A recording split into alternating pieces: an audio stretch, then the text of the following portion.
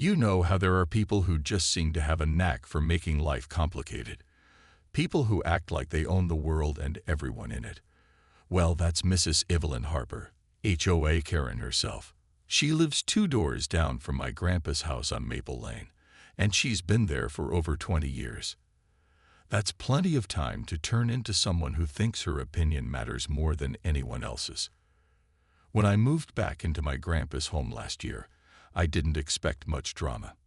My grandma had passed away, and Grandpa Walter needed help around the house. He's slowing down now, sure, but he's still full of stories about the old days when this neighborhood was nothing but dirt roads and cows grazing in fields. It's a sweet place, really. Quiet, friendly, and peaceful, or at least it was until Evelyn decided to stick her nose where it didn't belong. At first, everything seemed fine. I unpacked my things, got settled, and started fixing up the garden with Grandpa.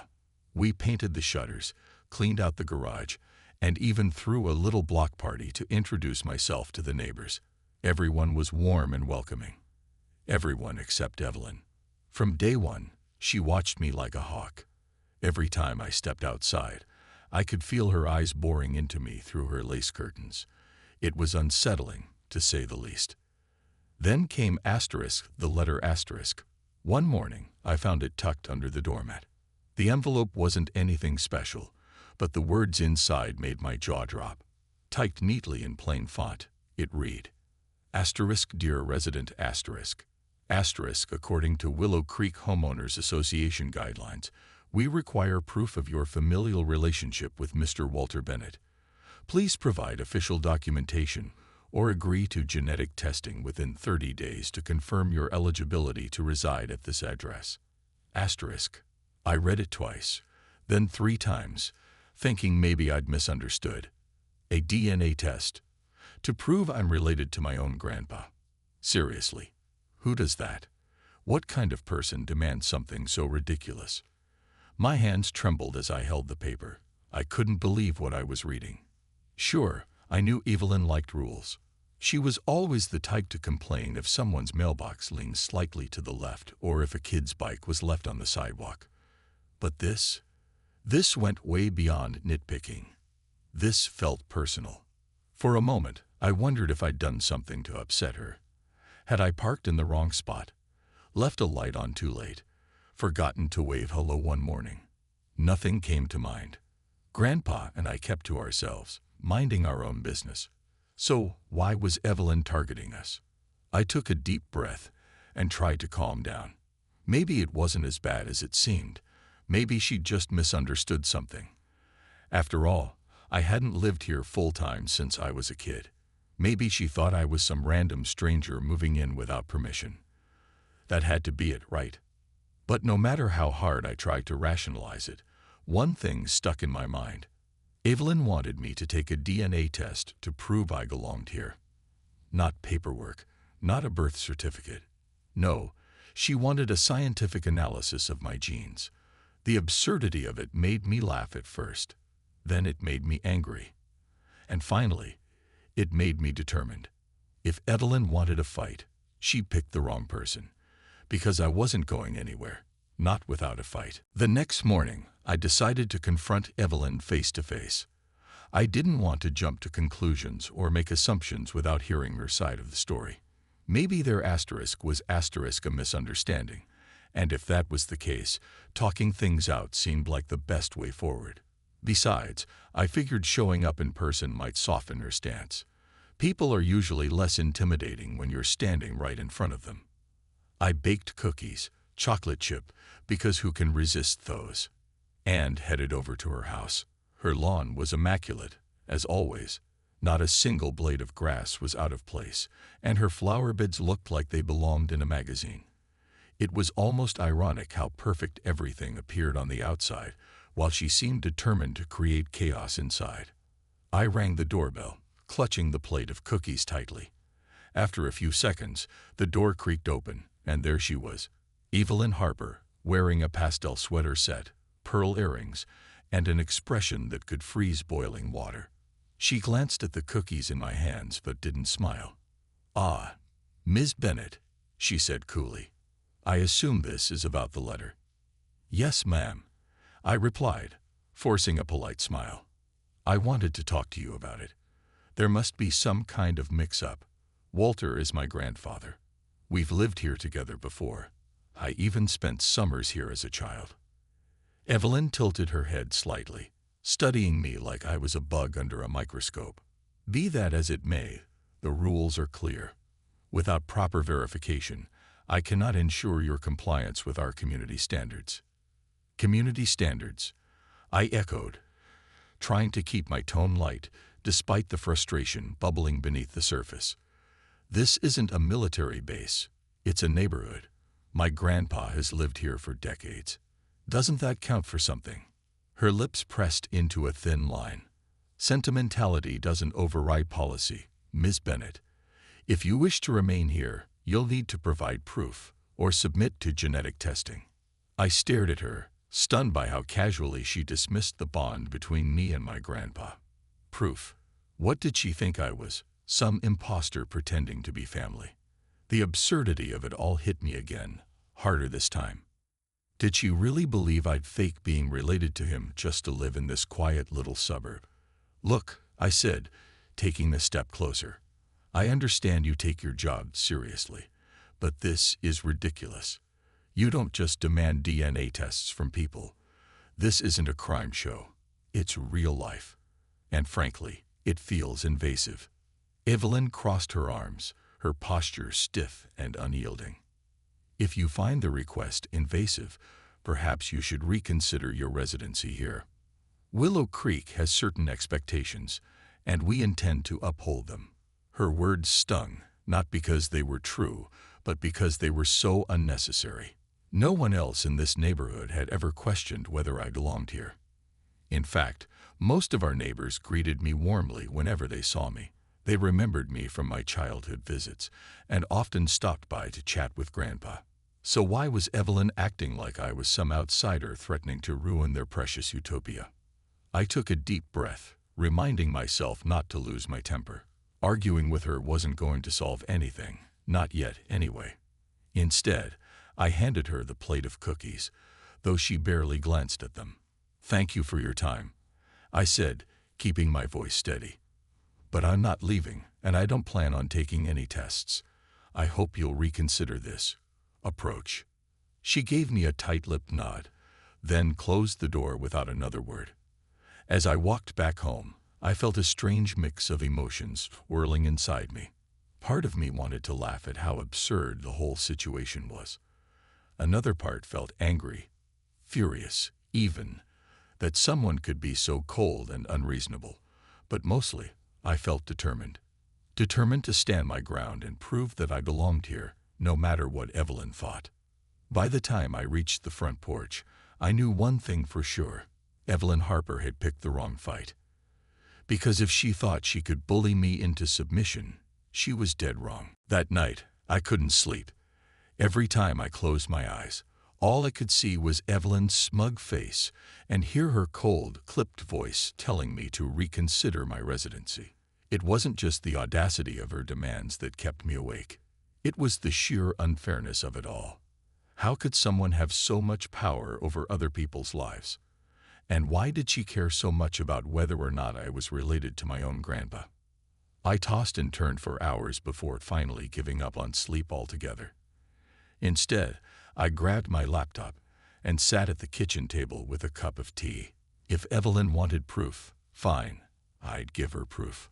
But while gathering documents to show our family connection, I stumbled across something unexpected, something that made my pulse quicken. At first, I was just scrolling through public property records, double-checking things like the deed to Grandpa's house and old tax filings. But then, almost by accident, I clicked on Evelyn's property information. What I found stopped me cold. According to the county database, Evelyn wasn't listed as the owner of her home. Instead, the property belonged to someone. The day of the HOA meeting arrived, and I was ready. Armed with folders full of documents, birth certificates, old photos, utility bills dating back years, I walked into the community center feeling more confident than I had in weeks. The room buzzed with quiet chatter as neighbors filed in, taking their seats. At the front of the room sat Evelyn, looking every bit the part of someone who believed she ruled the world. Her clipboard rested neatly on the table, and her pearl necklace gleamed under the fluorescent lights. As the meeting began, Evelyn launched into her usual routine. She talked about maintaining neighborhood standards and reminded everyone of upcoming landscaping inspections. Her voice dripped with authority, but I noticed a few people exchanging uneasy glances. Maybe they were tired of her lectures too, or maybe they'd already heard whispers about what I was planning to do. When it came time for public comments, I took a deep breath and stood up. All eyes turned to me, and for a moment, my heart raced. But then I reminded myself why I was doing this, not just for me, but for everyone who'd ever felt pushed around by Evelyn's rules. "Thank you, Mrs. Harper," I said, keeping my tone calm but firm. "Before we move on, though, I think there's something important we need to discuss." Evelyn blinked, clearly caught off guard. "And what might that be, Miss Bennett?" "Well, let's start with Section 4, Paragraph 7 of the HOA bylaws," I replied, holding up a printed copy of the document. "It states very clearly that only property owners can serve on the board. Am I correct?" She hesitated, her smile faltering for a split second. "Yes, that is correct." "Great. Then perhaps you'd like to explain why you've been serving on the board all these years, when you're not actually the owner of your home." The room went silent. You could have heard a pin drop. Evelyn's face flushed red, and she gripped the edge of the table. "I'm sorry, but I fail to see how this is relevant." "Oh, it's relevant," I said, letting my voice rise slightly. "According to county records, your house is owned by someone named Richard Langley. You rent it from him. That means you've been violating the HOA's own rules just by sitting at that table." Gasps rippled through the crowd. People leaned forward in their chairs, whispering to each other. A man in the back muttered, "Wait, she rents." "Seriously?" Evelyn tried to recover, straightening her shoulders and forcing a laugh. "This is nothing but a technicality. I've served faithfully for years, and no one has ever questioned my eligibility before now." "A technicality?" I shot back, raising an eyebrow. "You're the one who demanded I take a DNA test to prove I belong here. Shouldn't you hold yourself to the same standard?" Her mouth opened and closed like a fish out of water. For once, she didn't have a snappy comeback. Instead, she glanced around the room, searching for support, but found none. Even her closest allies avoided eye contact, shifting uncomfortably in their seats. I pressed on, sensing victory within reach. "Let's be honest, Evelyn. This isn't the first time you've bent or outright broken the rules. Remember when you fined Mr. Peterson for parking his truck on his driveway? Turns out he got special permission months ago. Or how about the time you made Mrs. Alvarez repaint her mailbox because it didn't match your vision? Newsflash, beige is still allowed according to the guidelines." Murmurs of agreement spread through the room. Neighbors nodded, some even chuckling nervously. It was like a dam had burst, releasing years of pent-up frustration. Evelyn's reign of terror was crumbling right before our eyes. Finally, someone near the front spoke up. A woman named Sarah who'd always seemed too intimidated to challenge Evelyn before. "Clara's right," she said firmly. "We deserve transparency. And if Evelyn can't follow the rules, maybe she shouldn't be enforcing them." One by one, others chimed in, voicing their concerns. By the end of the meeting, Evelyn looked smaller than I'd ever seen her, defeated, cornered, and utterly humiliated. As I gathered my things and left the room, I couldn't help but feel a surge of satisfaction. Evelyn Harper wasn't invincible after all. And now, the real work of fixing Willow Creek could begin. The fallout from the meeting was immediate and explosive. Word spread like wildfire through Willow Creek. By the next morning, everyone knew about Evelyn's secret. She didn't own her home. What started as murmurs at the coffee shop turned into full-blown debates by lunchtime. Some neighbors were shocked. Others weren't surprised at all. "I always thought something was off with her," One woman told me while walking her dog. But I never expected this. Evelyn, predictably, didn't take it well. She tried to fight back, of course. Within hours of the meeting, flyers appeared on every doorstep, typed neatly in that same Times New Roman font she loved so much. In them, she claimed the rental issue was a simple misunderstanding and insisted she'd acted in good faith. She even accused me of attacking her character and trying to destabilize the neighborhood. But no matter how polished her words sounded, they couldn't erase the truth. People had seen the proof, and they weren't buying her excuses anymore. Still, Evelyn wasn't ready to give up without a fight. The following week, she called an emergency HOA session, determined to clear her name. When I walked into the community center, she was already seated at the front, looking pale but defiant. Her usual air of superiority had cracked, replaced by desperation. This time, however, the room felt different. Instead of quiet nods and polite agreement, there was tension, a palpable sense that the tide had turned against her. "I understand there have been concerns," Evelyn began, her voice trembling slightly. "But let me assure you, my commitment to this neighborhood has never wavered. Yes, I rent my home. But does that change the fact that I've worked tirelessly to maintain our standards?"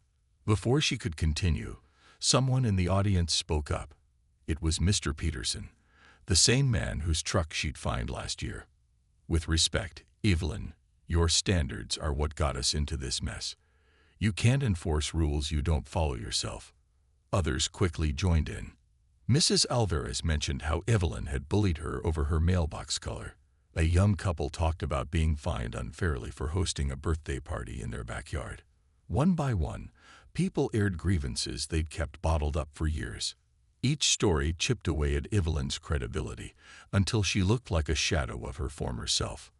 By the end of the meeting, the board voted unanimously to remove Evelyn from her position. She stormed out, slamming the door behind her, leaving behind stunned silence. For a moment, no one spoke. Then, slowly, applause broke out. Neighbors clapped and cheered, not because they hated Evelyn, but because they finally felt free. Free from her constant criticisms, free from her control, and free to start fresh. But I wasn't done yet. Resigning from the board wasn't enough. Not after everything she put us through.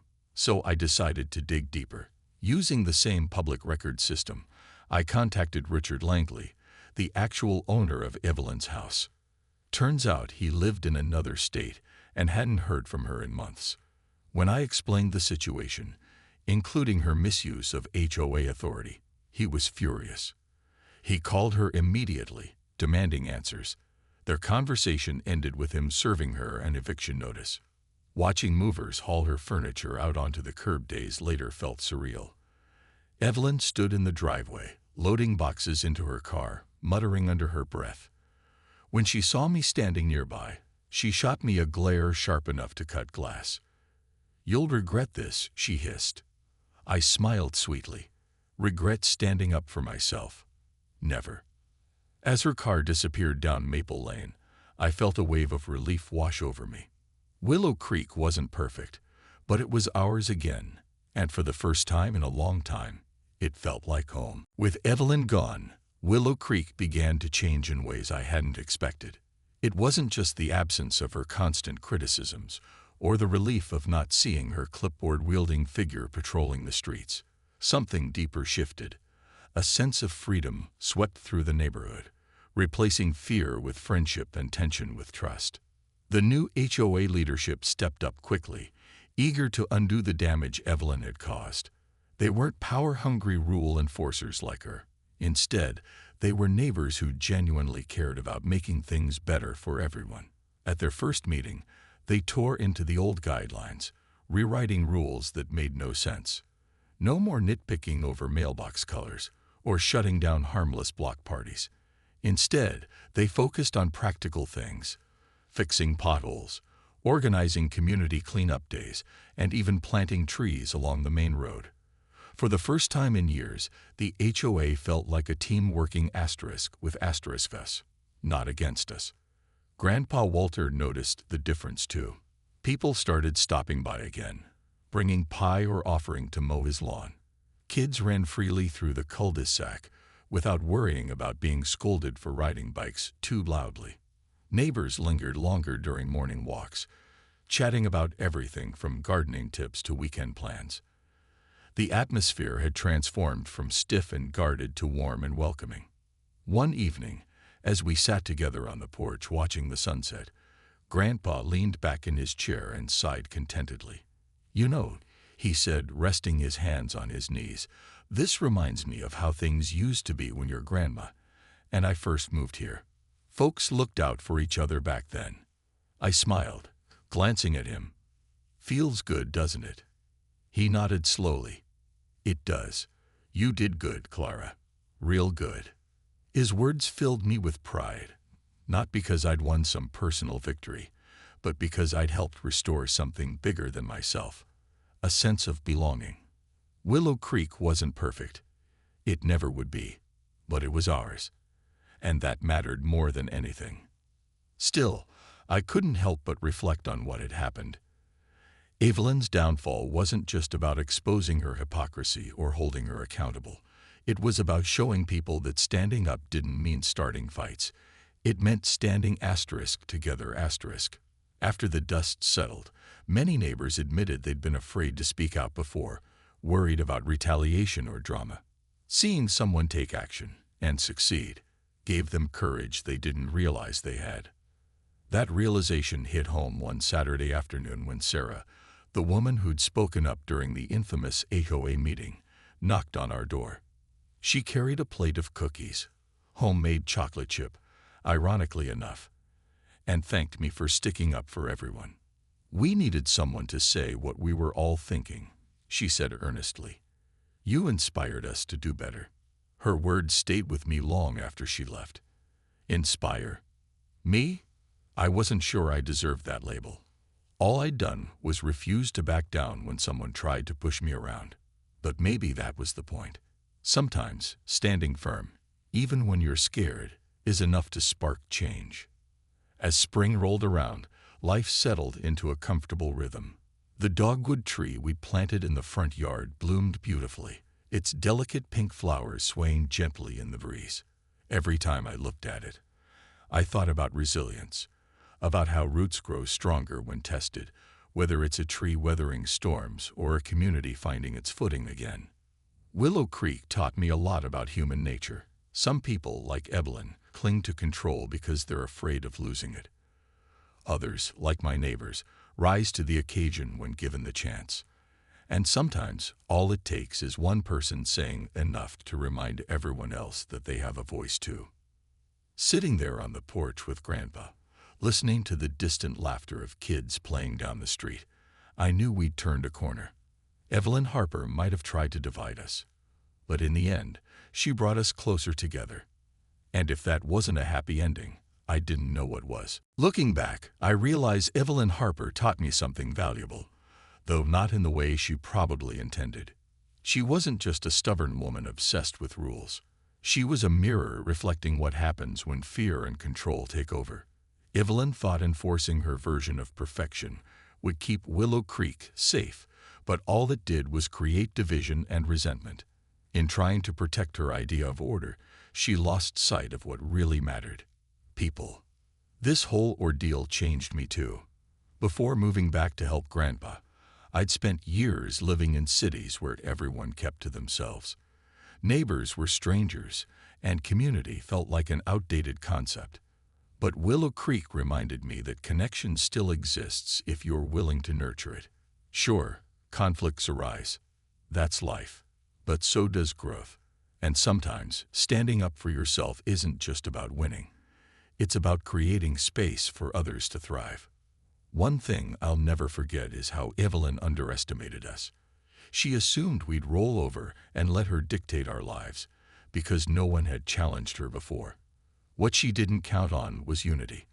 When I stood up, others joined in, not because they hated her, but because they wanted fairness. That's the power of community. Together, we can hold each other accountable while lifting one another up. The neighborhood feels different now.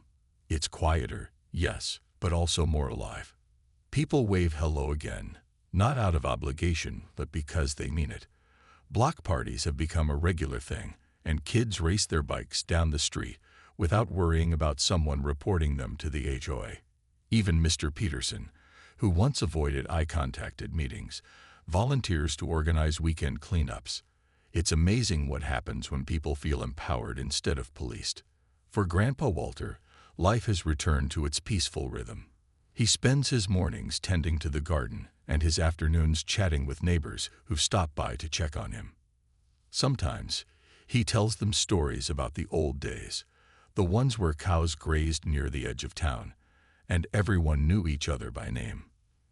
Those tales always draw smiles, even from younger families who've only known Willow Creek as a suburban retreat.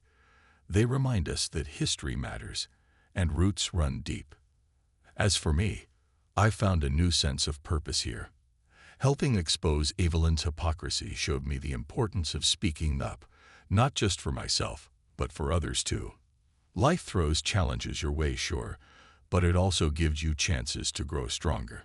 This experience taught me resilience, patience, and the value of standing firm in the face of unfairness. Every spring, the dogwood tree in our front yard bursts into bloom, its pink petals glowing against the morning sun. It's become a symbol of sorts, not just for me, but for the neighborhood. People often comment on how beautiful it looks, and I smile, knowing exactly why it means so much. That tree survived a storm, just like we did. Its branches reach higher every year, proof that even in rocky soil, beauty can grow. Would I do it all again? Absolutely. Not because I enjoy conflict, but because fighting for what's right reminds you of who you are and who you want to be. Evelyn tried to make me doubt my place here, but in the end, she helped me claim it. Willow Creek isn't perfect. It never will be. But it's ours, and that's worth protecting. So here's to second chances, fresh starts, and communities that come together despite the odds. Here's to standing tall, even when the wind blows hard. Because sometimes the hardest battles lead to the sweetest victories.